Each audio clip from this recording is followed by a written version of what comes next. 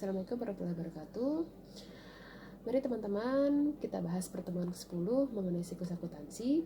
Pada pertemuan ini kita akan bahas mengenai proses siklus akuntansi. Diharapkan dengan video ini membantu teman-teman untuk memahami materi pada pertemuan ke-10. Yuk kita simak videonya. Baik, kita mulai dari tujuan pembelajaran ya. Nah, untuk pertemuan ke-10 pada pembahasan siklus akuntansi, di sini diharapkan teman-teman mampu memahami proses dari siklus akuntansi itu sendiri. Jadi kalau kita review siklus akuntansi itu apa sih? Nah, siklus akuntansi adalah suatu proses pengidentifikasian, pencatatan, penyusunan dari sebuah laporan keuangan. Nah, teman-teman harus bisa memahami apa itu proses identifikasi, lalu bagaimana pencatatannya, sampai menyusun pada laporan keuangan. Nah, tujuan pembelajaran pada pertemuan 10 kali ini sebenarnya cukup banyak. Ada 7 hal-hal yang diharapkan teman-teman itu mampu untuk memahaminya. Namun pada video kali ini Ibu tidak bahas semuanya, jadi hanya penjelasan secara teoritis saja. Untuk ilustrasinya nanti akan kita bahas pada video berikutnya. Baik, kita mulai dari arus informasi akuntansi. Jadi arus informasi akuntansi itu tentu berhubungan dengan laporan keuangan. Jadi laporan keuangan itu ada berapa? Nah, yang dibuat itu ada laporan laba rugi, laporan perubahan modal, laporan posisi keuangan, sampai kepada laporan arus kas. Yang kelima ada catatan atas laporan keuangan. Namun tidak semua perusahaan membuat itu. Jadi dikhususkan bagi perusahaan-perusahaan yang sudah go public saja biasanya atas laporan keuangan itu dibuat. Nah, itu nanti teman-teman bisa pahami di mata kuliah berikutnya. Untuk yang saat ini 4 jenis laporan keuangan ini aja dulu ya. Nah, sebelum teman-teman membuat keempat laporan keuangan itu tadi, nah harus dipahami dulu ya, informasi apa yang dibutuhkan ya untuk menyusun laporan keuangan selanjutnya. Nah, teman-teman harus memahami apa yang dimaksud dengan neraca saldo ya. Jadi setelah dibuat buku besar, kemudian dihitung saldonya, disusunlah neraca saldo. Nah, neraca saldo perlu adanya penyesuaian dulu ya ketika teman-teman melakukan proses penyesuaian untuk akun-akun yang membutuhkan penyesuaian. Nah, neraca saldo yang belum disesuaikan menguji apakah total saldo debit sama dengan total saldo kredit.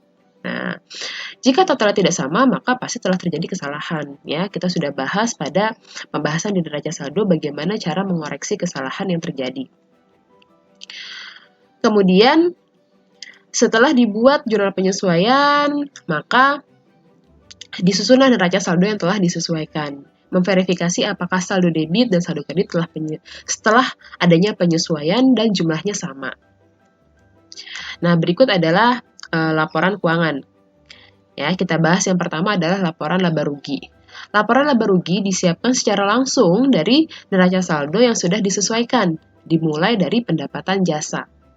Nah, di sini kalau kita lihat contoh laporannya Solusinet, di mana ada pendapatan jasa, ada pendapatan sewa, lalu beban-beban yang ada dalam periode tersebut.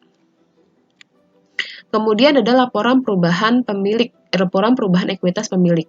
Nah, pos yang pertama ditampilkan dalam laporan perubahan ekuitas adalah saldo akun modal pemilik pada awal periode. Jadi pada awal berapa nih saldonya? Ya, kondisi di sini 0. Ya, jadi karena diasumsikan Solusinet ini baru berdiri.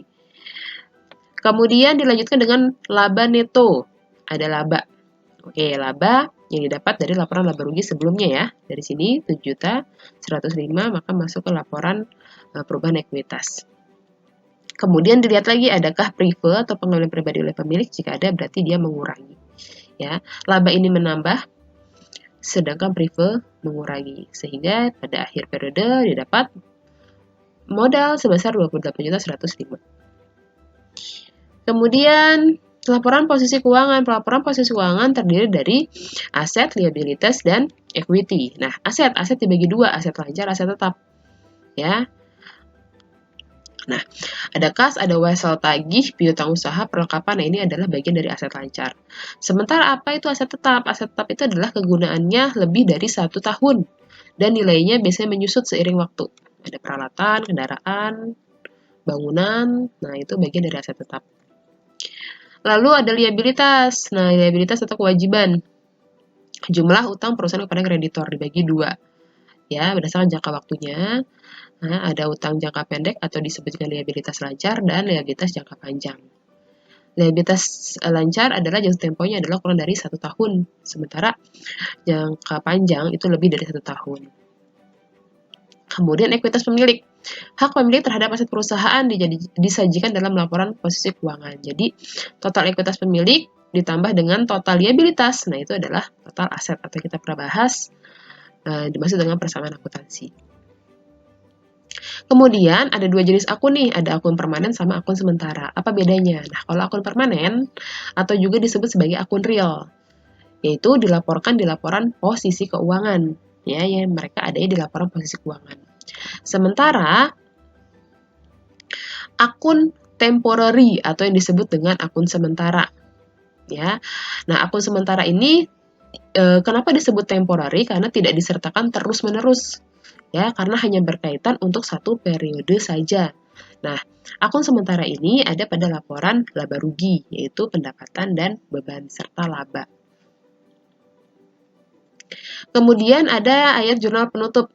Nah, ayat jurnal penutup itu memindahkan saldo akun sementara ke akun real ya pada akhir periode. Atau disebut sebagai closing entries. Proses penutupan meliputi ini proses penutupan nih.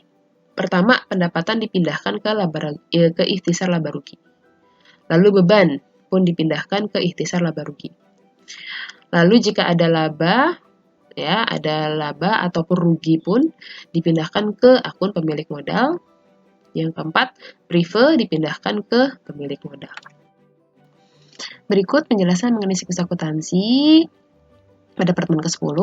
Untuk ilustrasi dan pembahasan, kita akan bertemu pada video berikutnya. Baik, Ibu tutup, Ibu akhiri pertemuan 10. Cukup sekian, kurang lebihnya mohon maaf. Assalamualaikum warahmatullahi wabarakatuh.